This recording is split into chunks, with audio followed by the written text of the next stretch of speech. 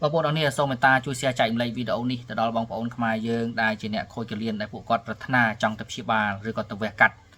ផ្សាំតម្រងនោមនៅប្រទេសឥណ្ឌាណាឲ្យគាត់បានដឹងផងបាទ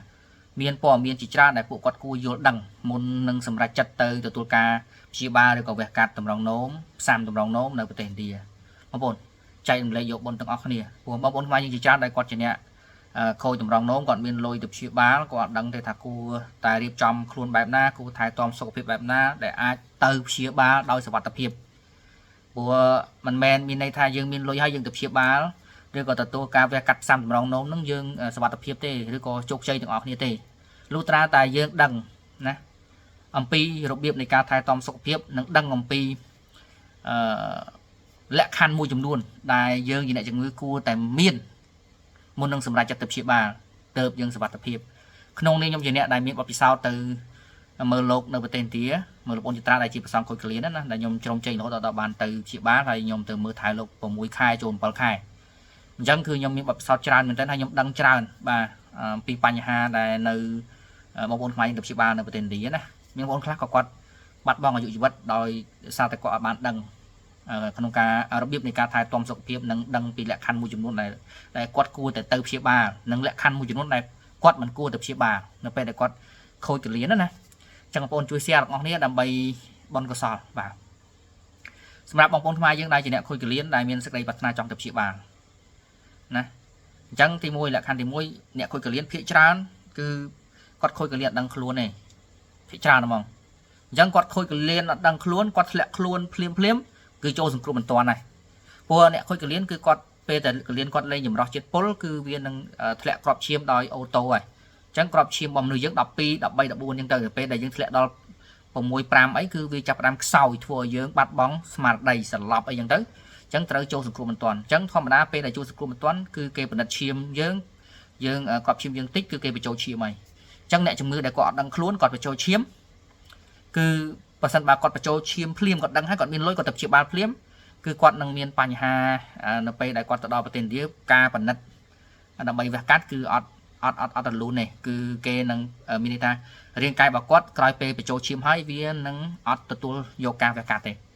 អញ្ចឹងបើសិនជាគាត់ទៅព្យាបាលកំឡុងពេលដែលគាត់បញ្ចូលឈាមភ្លាមគឺគាត់នឹងអាចរងចាំយូរខែអ្នកខ្លះអាចចូល6 7 8ខែ9ខែអ្នកខ្លះដល់1ឆ្នាំព្រោះអីនៅកំឡុងពេលដែលបណ្ឌិតអត់ត្រូវគឺគេត្រូវចាក់ថ្នាំហ្នឹងអស់លុយផ្សេងទៀតឧទាហរណ៍ថាកញ្ចប់ថវិកាដែលយើងទៅវះកាត់$50,000អញ្ចឹងគេចាក់ថ្នាំក្រៅអស់$20,000ឬក៏$30,000ទៀតណាបានរាងកាយរបស់គាត់ទទួលយកការវះកាត់ប៉ុន្តែអាការចាក់ថ្នាំហ្នឹងធ្វើឲ្យគាត់ខ្សោយខ្លាំងណាព្រោះរាងកាយគាត់ខ្សោយខ្លាំងរហូតអ្នកខ្លះវែងបានរាងកាយវាទទួលយកការវះកាត់ហើយអ្នកដែលគាត់អាយុច្រើនពេលដែលគាត់ទទួលការវះកាត់អ្នកខ្លះគឺអត់ជោគជ័យទេអ្នកខ្លះវះកាត់ហើយគឺបរាជ័យវិញអ្នកខ្លះគាត់វះហើយគាត់អាចបាត់បង់អាយុជីវិតអញ្ចឹងអ្នកដែលបញ្ចូលឈាមគឺហានិភ័យខ្ពស់បាទហើយបើក្មេងអាហ្នឹងគឺអាចមានភាគរយខ្លះដែលពួកគាត់ទៅបញ្ចូលឈាមភ្លាមទៅគាត់អត់អីបើថាមនុស្សអាយុរៀងច្រើនគឺឲ្យតែមានបញ្ហាបែបហ្នឹងគឺគួរតែសម្រាប់ខ្ញុំណែនាំថាគួរតែលាងឈាមរយៈពេល5ខែទៅ1ឆ្នាំសិនបាទបើកម្រិតមានន័យថាក្រោយពីការបញ្ចូលឈាមហើយយើងដឹងហើយយើងឈប់បញ្ចូលឈាមពេលដែលឧទាហរណ៍ថាយើងមានបញ្ហាសន្លប់អីចឹងទៅយើងចូលទៅយើងបញ្ចូលឈាមអញ្ចឹងពេលក៏ឲ្យបញ្ចូលឈាមហើយតែពេលយើងខ្វះក្របឈាមអញ្ចឹងក្រោយពីការបញ្ចូលឈាមហើយយើងលាងឈាមរយៈពេល5ខែទៅ8ខែចាំយើងសម្រាប់ចិត្តទៅព្យាបាលអាហ្នឹងវារាងកាយរបស់យើងវាពេលហើយយើងរក្សាកុំឲ្យក្របឈាមយើងធ្លាក់ចុះទៀតព្រោះរាងកាយរបស់យើងអត់ផលិតក្របឈាមទេអញ្ចឹងយើងត្រូវចាក់ថ្នាំក្របឈាមដើម្បីបង្កើតកោសិកាឈាមរបស់យើងឲ្យវាមានតុល្យភាពទើបយើងទៅទទួលការវះកាត់ព្យាបាលគឺជោគជ័យបាទអត់មានបញ្ហារអាក់រអួលញ៉ៃពេញហ្នឹងបាទអញ្ចឹងអ្នកជំងឺច្រើនដែលខ្ញុំជួបនៅប្រទេសឥណ្ឌាដែលគាត់ទៅព្យាបាលគឺមានបញ្ហាដោយសារតែគាត់ដឹងគាត់បញ្ចូលឈាមនឹងឯងអញ្ចឹងណាអញ្ចឹងអានេះជារឿងមួយដែលបងប្អូនខ្មែរយើងដែលជាអ្នកជំងឺគួរតែយល់ដឹងណាហើយអ្នកដែលឧទាហរណ៍ថាមានបញ្ហាសុខភាពខ្លួនឯងចាប់ដើមមានអត់ស្រួលខ្លួនហើយទៅពិនិត្យឆែកមើលឃើញបញ្ហាខូចកលៀនណាត្រូវលាងឈាមហើយគេឲ្យលាងឈាមអញ្ចឹងបើបងប្អូនទាំងអស់គ្នាដឹងថាខ្លួនឯងខូចកលៀនលាងឈាមហើយមានលុយទៅព្យាបាលគឺត្រូវតែប្រយ័ត្នរឿងក្របឈាមនឹងឯងគឺត្រូវតែចាក់ថ្នាំក្របឈាមជាបន្ទាន់បើសិនបើក្របឈាមខ្លួនឯងធ្លាក់ដល់សល់8សល់7អីចាប់ដើមចាក់ថ្នាំក្របឈាមមួយអាទិត្យ2ទៅ3ដងទៅដើម្បីឲ្យក្របឈាមបងប្អូនផលិតមានដល់10 11អីវិញទៅវាហើយរក្សាពេលវេលាហ្នឹងឧទាហរណ៍ថាបងប្អូនចង់ទៅព្យាបាលក្នុងរយៈពេលណាមួយ là khai mà khai cái tập ba chẳng mong cô nó nênត្រូវប្រយ័ត្នរឿងក្របឈាមព្រោះអីយើងជាអ្នកដែលខូចកលៀនហ្នឹងក្របឈាមរបស់យើងគឺវាអត់ផលិតទេអញ្ចឹងរយៈពេលកន្លះខែមួយខែគឺធ្លាក់ភ្លាមៗហ្មងអញ្ចឹងត្រូវតែរក្សាចាក់ថ្នាំក្របឈាមជាប្រក្រតីតម្រុំដល់ពេលទៅព្យាបាលហើយបើអាចបើសិនជាបងប្អូនអរគ្នាចង់ទៅព្យាបាលភ្លាមគឺมันមិនចាំតន់លាងឈាមក៏បានដែរបងប្អូនទាំងអស់គ្នាចាក់ថ្នាំក្របឈាមដើម្បីរក្សាតរយៈភាពឈាមហើយបងប្អូនអរគ្នាទៅដល់កន្លែងព្យាបាលបងប្អូនអរគ្នារងចាំការរត់ឯកសាររួចរាល់អស់ហើយដល់ថ្ងៃដែលបងប្អូនឧទាហរណ៍ចិត្តកន្លះខែឬក៏3អាទិត្យក្រោយទទួលការវះកាត់អញ្ចឹងបងប្អូនចាប់ដើមធ្វើសរសៃលាងឈាមនៅប្រទេសឥណ្ឌាហ្នឹងក៏ល្អដែរព្រោះពេលដែលយើងអត់តន់លាងឈាមគឺល្អខ្លាំងជាងពេលដែលយើងលាងឈាមហើយបងប្អូនអរគ្នាចង់ស្វែងលាងឈាមនៅខ្មែរយើងធ្វើសរសៃលាងឈាមទៅប៉ុន្តែសូមបញ្ជាក់ប្រាប់ថាគឺប្រយ័ត្នរឿងធ្លាក់ក្របឈាមបាទក្របឈាមធ្លាក់គឺបងប្អូនអាចនឹងប្រឈមមុខជាមួយនឹងការចូលសង្គ្រោះបន្ទាន់ហើយត្រូវបញ្ចូលឈាមអញ្ចឹងពេលបងប្អូនបញ្ចូលឈាមគឺបងប្អូននេះគឺត្រូវរងចាំពេលវេលាយូរដើម្បីទៅទទួលការវះកាត់បងប្អូននេះបើបងប្អូននេះមិនជឿខ្ញុំទេបងប្អូនទៅបងប្អូននេះនឹងប្រឈមមុខជាមួយនឹងបញ្ហាអ្នកជំងឺច្រើននៅប្រទេសឥណ្ឌាដែលជាប់7 8ខែមួយឆ្នាំអីគឺដោយសារតែគាត់មានបញ្ហាបញ្ចូលឈាមនឹងឯងអញ្ចឹងរឿងនោះសំខាន់ណាស់ណាហើយ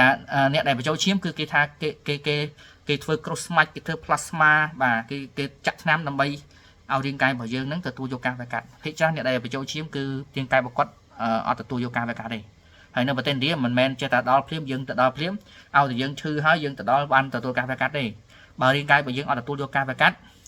ក៏អត់ន័យដែរវះកាត់ហើយគឺវាអត់ជោគជ័យទេទោះបីវះកាត់ហើយយើងនៅតែលាងឈាមដែរអ្នកខ្លះវះកាត់ហើយគឺគាត់អត់រស់ទៀតអ្នកខ្លះវះកាត់ហើយគឺកលៀនដែលគាត់វះកាត់ហ្នឹងគឺអត់ជោគជ័យទេគឺវាច្រានចោលទេប្រព័ន្ធរាងកាយរបស់យើងច្រានចោលអត់ទទួលយកទេអញ្ចឹងវាខូចកលៀនដដែលត្រូវលាងឈាមដដែលអញ្ចឹងបងប្អូនទាំងនេះបានឃើញវីដេអូនេះហើយសូមធ្វើតាមខ្ញុំទៅដើម្បីសុវត្ថិភាពបងប្អូនអរគ្នាទេហើយការហូបចុកអាហារផ្សេងទៀតខ្ញុំនឹងធ្វើការចែកម្លែកជាបន្តបន្ទាប់បងប្អូនគួរតែហូបអាហារបែបណាគួរតែរៀបចំខ្លួនបែបម៉េចមុននឹងបងប្អូនសម្រាប់ចិត្តទៅព្យាបាលព្រោះមិនមែនថាឲ្យតែយើងមានលុយយើងទៅព្យាបាលទៅវះកាត់ជោគជ័យទេបើសិនបើយើងមិនដឹងពីការថែទាំពីរបៀបនៃការ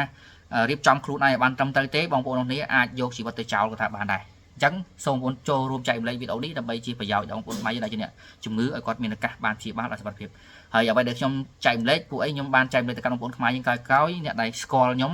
គាត់ទៅដោយសុវត្ថិភាពច្រើនណាស់បាទ10នាក់គឺជោគជ័យទាំង10នាក់ហើយអ្នកដែលផ្សេងដែលគាត់អត់ដឹងទៅគាត់ទៅ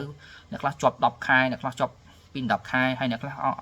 ក៏បាត់បង់ជីវិតដោយសារគាត់ដឹងអញ្ចឹងណាហើយអញ្ចឹងខ្ញុំព្យាយាមចែកម្លែកបទពិសោធន៍ដែលខ្ញុំទទួលបានដែលខ្ញុំជួបផ្ទាល់ហ្នឹងឲ្យបងប្អូនបានដឹងទៅបាទហើយខ្ញុំក៏មិនហ៊ានធានាថា100%នឹងជោគជ័យអស់ប៉ុន្តែខ្ញុំបានចែកអ្វីដែលខ្ញុំឃើញអ្វីដែលខ្ញុំដឹងអ្វីដែលខ្ញុំចេះខ្ញុំចែកម្លែកទៅគឺបងប្អូននាងទទួលបានសុវត្ថិភាពខ្ញុំក៏សប្បាយចិត្តដែរព្រោះនេះជាអ្វីមួយដែលយើងគួរចែកម្លែកទៅដល់បងប្អូនខ្មែរដែលគាត់ជាអ្នកជំងឺឲ្យគាត់ដឹងបាទអរគុណ